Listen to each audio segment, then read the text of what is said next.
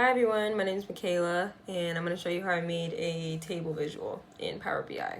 So for my project, the first thing I did was I used baseball data from a player named Brian Reynolds, specifically his 2024 season. I imported the data by just copying and pasting the URL from the website into Power BI. And then once I did that, I transformed it to make it all clean and organized in the way I wanted it.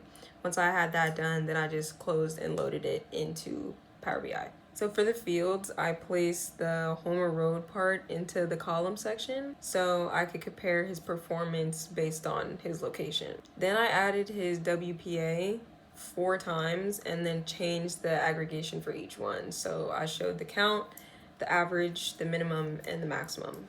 So once I had the table built, I wanted to change the formatting. So the first thing that I did was I went under the visuals tab in the visualizations area and I changed the font size to 20 because it seemed too small for me. I just wanted it bigger so it was easier to read.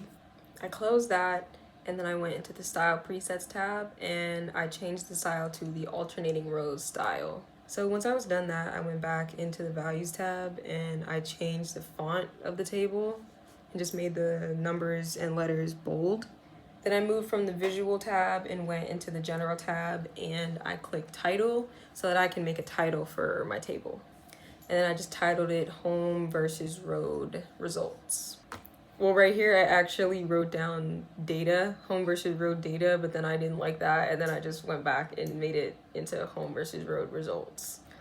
So here I went back into the visual tab and then went under text and I changed it from 20 to 15 because I made it 20 before, but then I thought it was too big, so I wanted to make it a little smaller. Then I'm going back to the general tab, I'm going under effects to add a shadow to my table.